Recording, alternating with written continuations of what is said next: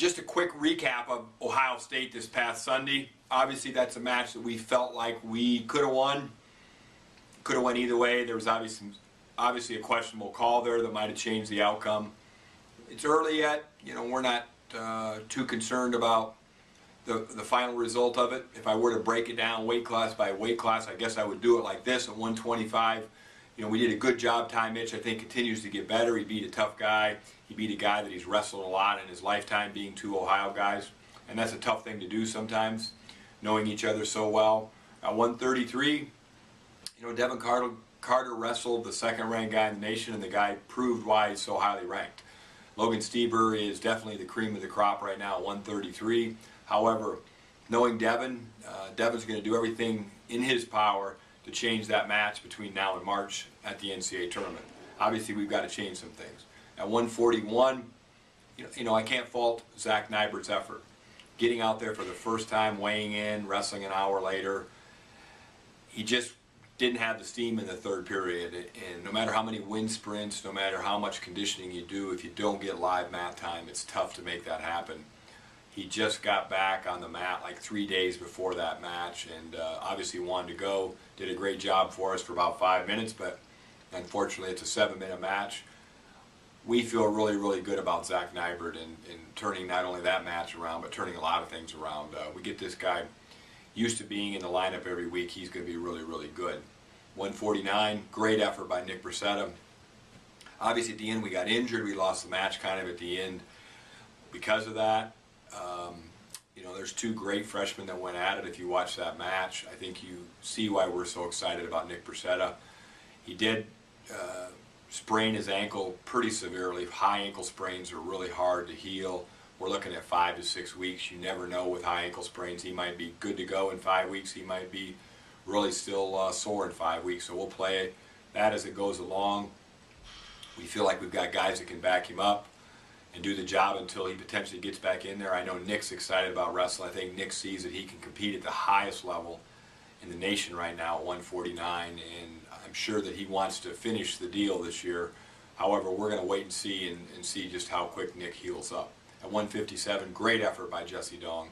Beat a tough guy. I can tell you, for wrestling fans, if you watch Josh Demas, the redshirt freshman from Ohio State, the same high school as Jesse Dong, that guy's going to be in the hunt at the end of the year, and of course Jesse will be too. So Jesse did a great job of winning that match. At 165, Pete Yates did an okay job. You know, our battle cry to Pete all the time is, open up, Pete. We got to get you to score some points. And if you saw Pete Yates wrestle in the wrestling room, your jaw would be on the ground. We just got to get him to take that to the mat.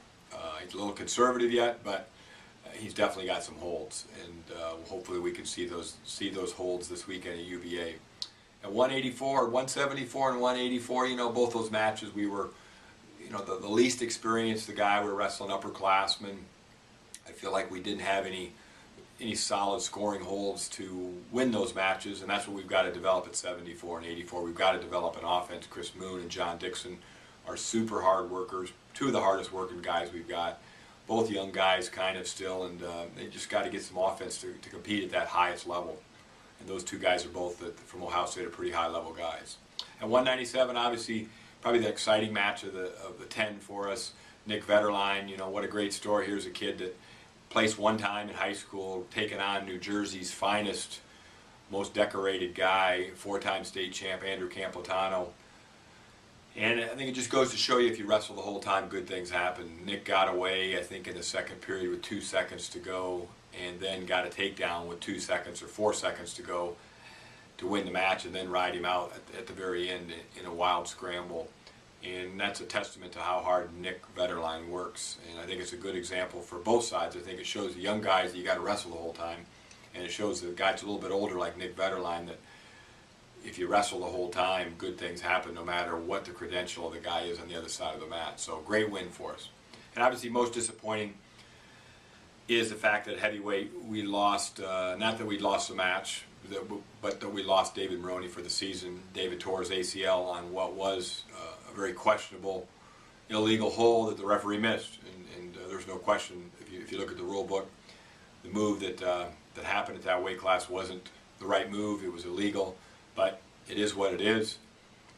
And David Maroney we're hoping and we're thinking that he's going to be back to lead this team one more time next year. In the meantime, we've got to go with Chris Penning and get him ready to go, and you'll see him this weekend against UVA.